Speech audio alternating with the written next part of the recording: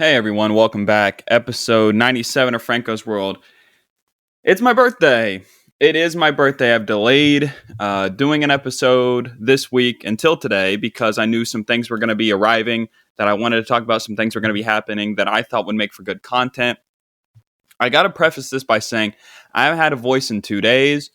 Those trees that smell god awful are absolutely killing me right now. And to prepare for this episode, I have been slamming water.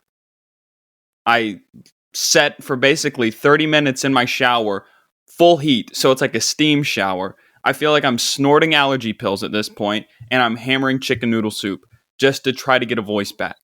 I don't know what's going on. I feel fine. I ran 3.5 miles yesterday. I feel fine.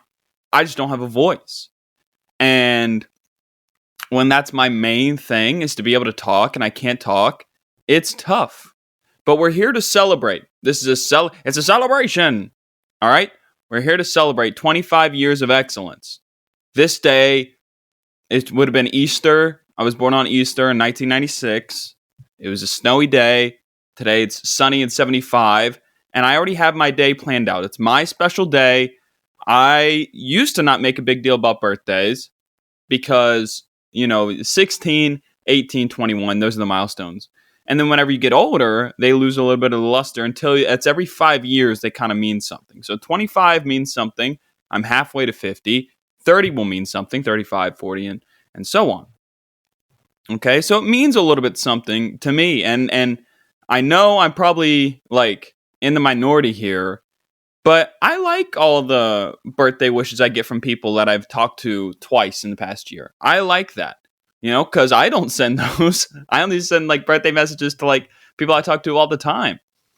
But a birthday message from a random person, that makes me feel good about myself. So thank you if you took time out of your day to talk to me.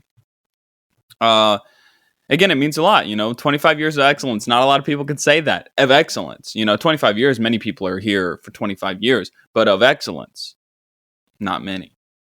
Today's episode, I will run down for you. We're going to talk about my birthday plans. We're going to talk about aging and stuff like that. There is a cameo. As we know, my sister bought a cameo appearance from a quote unquote reality star. And the only thing I know about it is that it's a woman or a girl or something like that. Apparently they were big 10 years ago, roughly. Also, my mom has relayed this message to me, and my mom doesn't watch anything except baseball games and Fox News. So I doubt she really knows anything about this person. And then I want to talk about the job hunt because I've had some recent activity in the job hunt game.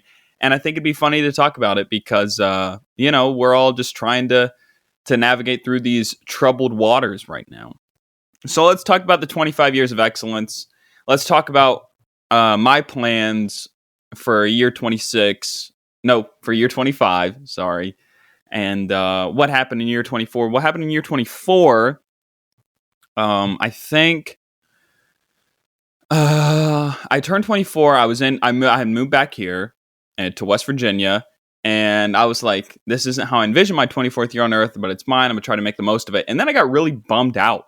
I couldn't find a career. I chose to break up with my girlfriend. I chose to do Zoom comedy, even though I was against it in the beginning. And then I'm like, okay, this is my only shot to get a rep in. So obviously I'm going to do it. I started interviewing more comedians, which that's all a part of my big 3-year plan with the podcast. And I'll go into that in detail after this.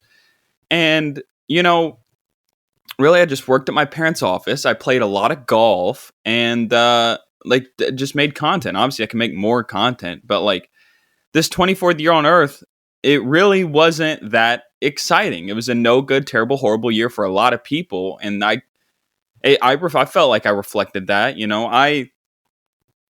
This is a time for, internal, I'm looking at myself in the mirror here. But, it's easy to look at where you are now and say, man, I wish, in whatever you do, if you're an accountant, if you're a PR manager, if you're a nurse or whatever, it's easy to look at yourself where you are right now and say, get mad. Like, oh, why haven't I gotten to this level? Why haven't I blown up? Why haven't I succeeded in whatever it is I want to achieve?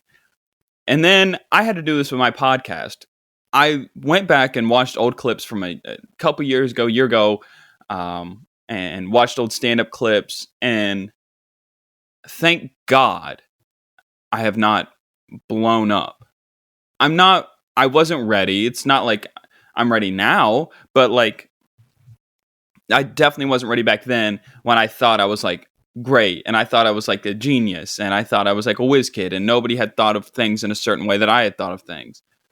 That's simply not true. It's just like I was making incoherent nonsense, just rambling in circles, kind of like I'm doing now.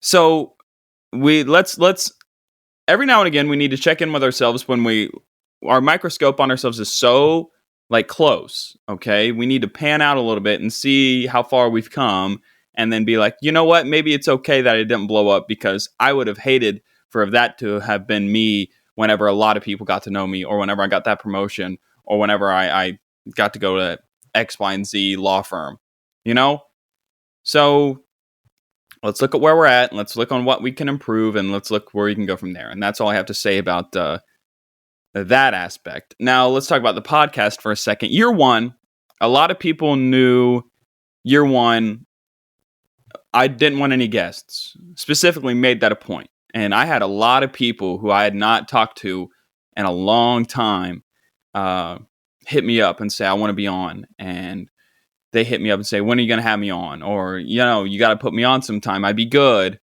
And that's like not a very good way to like market yourself to anybody, especially me, because I get turned off by that stuff. If you come up to me and say, hey, it'd be great on your thing.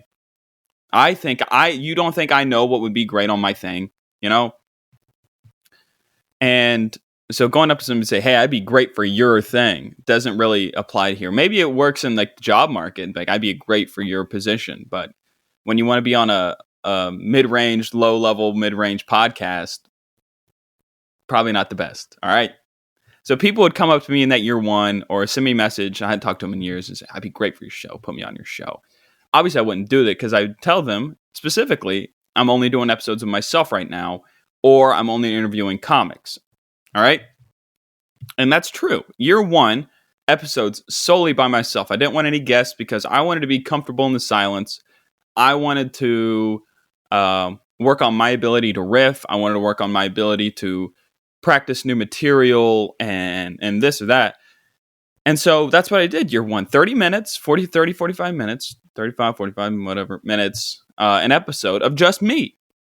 And maybe I could have gone an easier route and tried to go after big name people to get on the show, get that early push. And people are like, oh, what's this new podcast? I want to get in on it. But I'm trying to build some sort of like longevity here. And, it's the... Like, I'd rather build a slow, steady growth as opposed to a supernova. Here I am, there I go.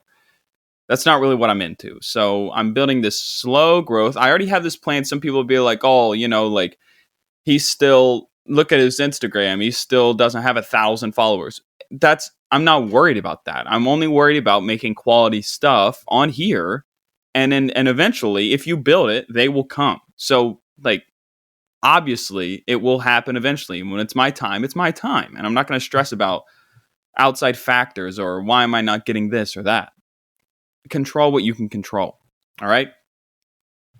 And so year two, I made it a point to start interviewing people around my age or like interview people that maybe I had seen that I thought like that were younger or people that are around my years in comedy. And reach out to them. Obviously, they live in bigger markets, and so they have friends, and then they have friends, and then I have this tree, and now it has all these branches on it. And I've met a lot of really cool people, and a lot of really nice people have helped me out. I've made some good connections, some people that it's so cool to see get like notoriety, and people that I talked to, around like 10 months ago are starting to really like take off, and it's so cool to see that. Like, I want everybody to eat. I think that's awesome, so year three that we're about to embark on in mid-May, that'll be 2 years completed of the podcast.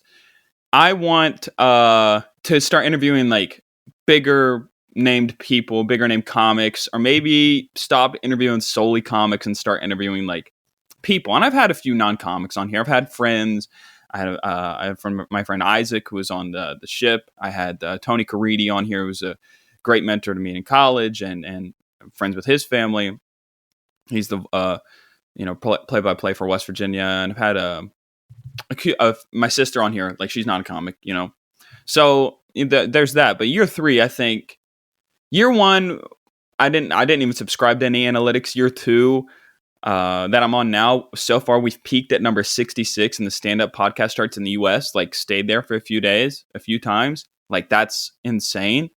Year 3, I think that'll be the year I'm calling my shot here. Year 3, I think, will be the year that things really start to like get some traction. It's like right now we're just moving right along, and we got to hit the NOS button like in Fast and Furious. We're gonna take off. You know what I mean? So that's my plan for year 3. So hope to see you there with me. Let's talk about birthdays a little bit. I used to get really sad on my birthday. I get really sad on Christmas. I used to get really sad on my birthday. This year, I'm more so bummed out because I have my whole day planned. I was going to wake up and be ready to go, and my voice is not allowing that. As you can tell, I sound much deeper than I normally do. It kind of hurts. That's like my instrument, and it's out of tune, so it bothers me. I was going to watch this little documentary, and I did that. I was going to make a really nice lunch, and I decided not to do that because I figured I wouldn't be able to enjoy it as much as I would if my voice and stuff like that didn't hurt. And so I've just been living off chicken noodle soup for the last 2 days because I'm trying to be able to talk because I want to do this episode. And I'm planning on driving around in my backwoods and listening to music that I want to listen to with the windows down. Again, more allergies, just bringing them on. I had a friend ask me to go play golf. I might do that. I might not. We'll see. I don't have a driver. My driver's broken. I had a Ping G25 driver. I've had it for years, and it has broken 3 times. The first couple times, Ping said they'd send me back one, no issue. Now, because they don't carry the material that they use to make the Ping G25, they want me to pay $100 to send their faulty equipment back to them so they can, in turn, send it back to me. I don't like that. It was a complete total freak accident, and this club has been prone to breaking. It's done it multiple times. So Ping, I've been a loyal Ping guy forever, especially with the driver and the putter. You might lose me on this one. You might lose me here, Ping. And I like you guys because you're not too mainstream. You're a good brand, but everybody knows me. They know I'm a contrarian. They're like, oh, Ping. Who's the Ping guy? Me. Does Srixon make clubs? I love Srixon balls. I might use Srixon clubs. That'd be a real, like, you got a guy on the tee box with Srixon clubs. You're like, the only reason he would have that is if he were sponsored by Srixon, because nobody goes out of their way to buy Srixon clubs. Guess what? I did. So I'm going to look into that. Birthdays, man. It's kind of scary, as the lyric says, so scared of getting older. I'm only good at being young. But, I've had a lot of talks with the therapist lately, and he thinks I have a strong moral compass. He thinks I have a good value system, and he thinks that he has no fears for me. So I don't know why I'm fearful for myself. Let's see here. Okay, 13 minutes in. We got to do the cameo. All right. So I have not listened to this. I'm going to have to edit stuff so you guys can hear it. And the video people, that'll take a little bit. The podcast people, you'll hear it somehow. I'll figure it out. I'm genuinely nervous because I get freaked out when I watch Impractical Jokers. And this is sort of a practical joke my sister is playing on me. She says it's quote unquote a reality star. And it's a woman. And I don't know who it could be, man. Oh my gosh. Okay, so here we go. We're going to click on the email my sister has sent me, and we're going to watch this video. All right. I'm moving over, clicking the link. June Shannon, a.k.a. Mama June Shannon, a.k.a. Mama June. Sorry if you couldn't hear that. Mama June. Hold on, I got to Google Mama June. I gotta Google who Mama June is. Mama June, television personality. Oh my god, it's Honey Boo Boo's mom. Oh my god. Ew. It's Honey Boo Boo's mom. I own this. This is something I own. A video of Honey Boo Boo's mom. Whoa, she's lost a lot of weight. And she has all her teeth now. Well, good for her. All right, let's see this. Gosh, is this an NFT? Honey Boo Boo's mom. Okay, here we go. Take one. Hey Franklin, what's up? This is your girl, Mama June, and your favorite sister, Olivia. We're here to say happy birthday to you. You are an amazing brother, and look, today is all about you. You're turning 25. And look, Olivia misses you to death and is so proud of the podcast success. So now look, y'all all go listen to my boys Franklin's podcast. Show them some love. You know what I'm saying? Maybe some girls can, hit them up, and, I'll take applications to make sure it's the right girl that you need to, get. But it sounds like to me that you've had not so much good luck with little girlfriends. So look, make sure that your family, your sister, Who is telling you maybe this? even your friends like the girl just as much as you. Because sometimes when you're in a relationship, if your family or your friends don't, it kind of brings a lot of bad stress. But look, it's drunk? okay. You can still boink them girls. You know what I'm saying? Give them a hook 'em and book them and kind of leave them there. It will happen when it happens, Franklin. So don't rush it. But I love you. Sit back, enjoy yourself, eat some fat cakes, and y'all go listen to my boys Franklin's podcast when you can. I have no words. Mama June. This is my response to Mama June. I'm assuming, I don't know how Cameo works per se. I'm assuming all your fans have seen this, or a lot of them will have seen this, maybe on your Cameo timeline. I don't know how it works. You kept saying, go check out my podcast. Toots, you didn't say the name of the show.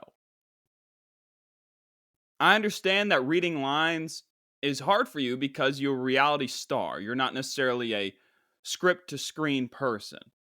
You're a reality star, and that's a little bit more free-flowing. I get that.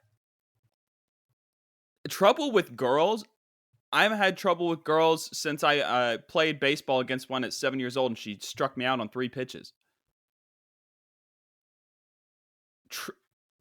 What are you talking about?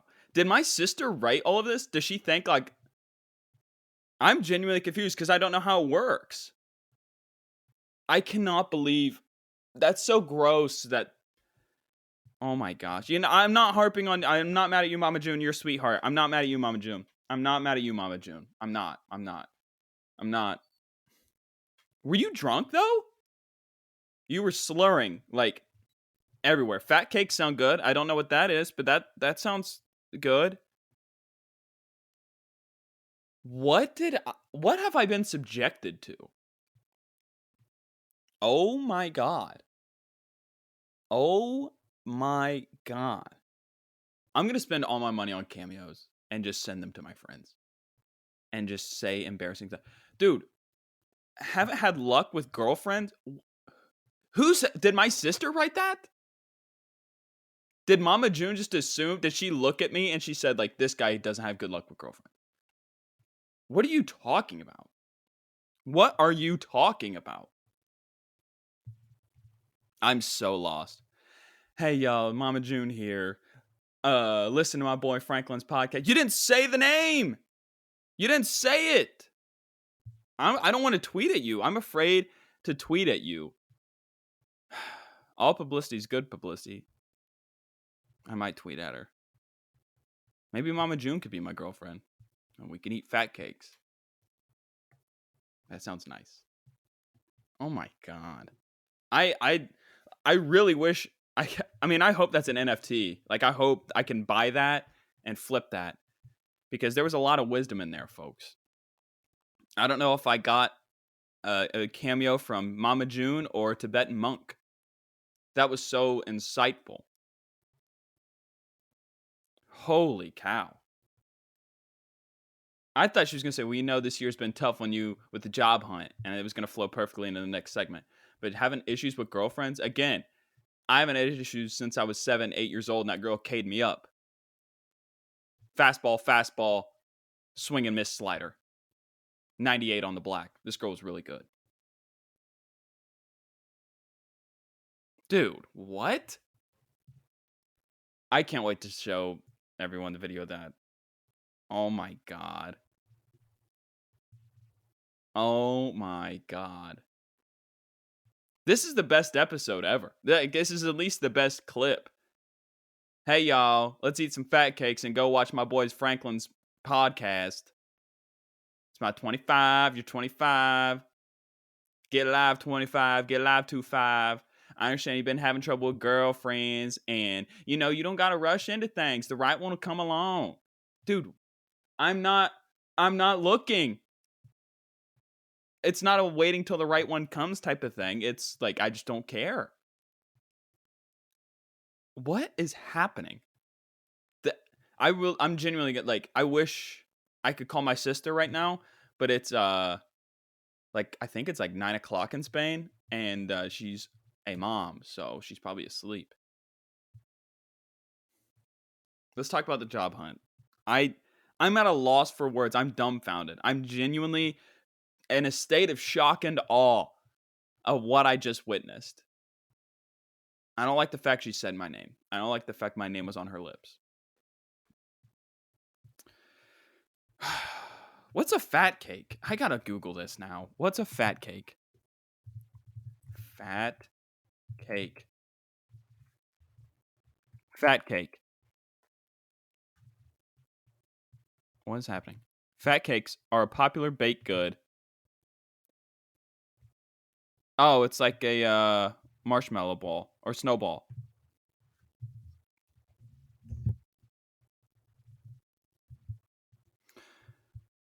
Whoo. Mama June. You know what? I'll say this. Mama June, I was too harsh on you. Mama June, you're a sweetheart. You're a doll. You're an absolute beauty. And I thank you from the middle of my heart that you would take time out of your day and money out of my sister's wallet and make that sincere video for me. Thank you for telling people to listen to my boy Franklin's podcast, which is 1000% not the name of the show. Thank you. Moving right along, the job hunt. So recently I took a talent assessment. I'm screwing myself from jobs left and right, by the way, by doing this. My camera's not center. I look like a bat. Gosh. All right. I might have to cut that out because I look stupid. Job hunt. I recently took a talent assessment for a job with health insurance, with a health insurance company. And the job would have great benefits and it'd probably pay really well because I'd be on the phone all day taking calls from angry people, and it's a work from home gig. And obviously, like I said, great benefits because it's a health insurance brand. I don't know if I want the job at all. The biggest thing for me is work-life balance, which I think screwed me out of the last position I had where I interviewed to be a copywriter with a media agency because I told them I want a nice work-life balance. Because as you can tell by my resume, I clearly have aspirations outside of the workplace. And I know that bothers you in a capitalistic market that maybe, this guy's not going to be for lack of a better term, slave to the corporation. And he's going to be able to write articles till 9 at night, every night. I'm not doing that. And that's not me being lazy. I guarantee I'm a pound the pavement and put the work in when I'm on the clock. But when I'm off, it's kind of my time,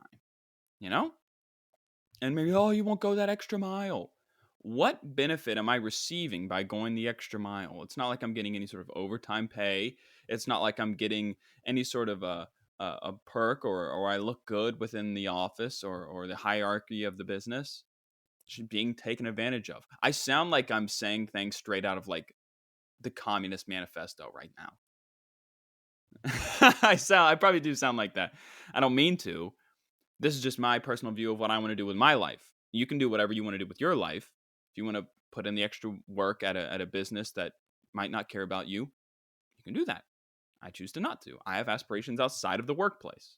That's really it with my work-life balance. I have aspirations outside of the workplace. That's it. Very rare I'm going to find a company that's down for that. Much like this health insurance brand, probably not really down with somebody that doesn't want to take calls all day from angry people. Being customer service with health insurance sounds interesting in a bad way. Because I guarantee you the majority of my calls are going to be, my leg got blown off in a farming accident and y'all won't cover it. What's the deal with that? Beep, beep, beep, beep, beep. I'm sorry, sir. I'm not Mr. Highmark. All right. I didn't make your plan. I just take calls and I'm going to move you to the higher up in the business. And then they're going to tell you, hey, you're not covered. And then that's going to be that, because that's the healthcare system and that's the game. Either you get in or you're out, unfortunately. And if I get a job with this brand, then I guess I'm in. But unfortunately, my job is dealing with people that are out. Not fun.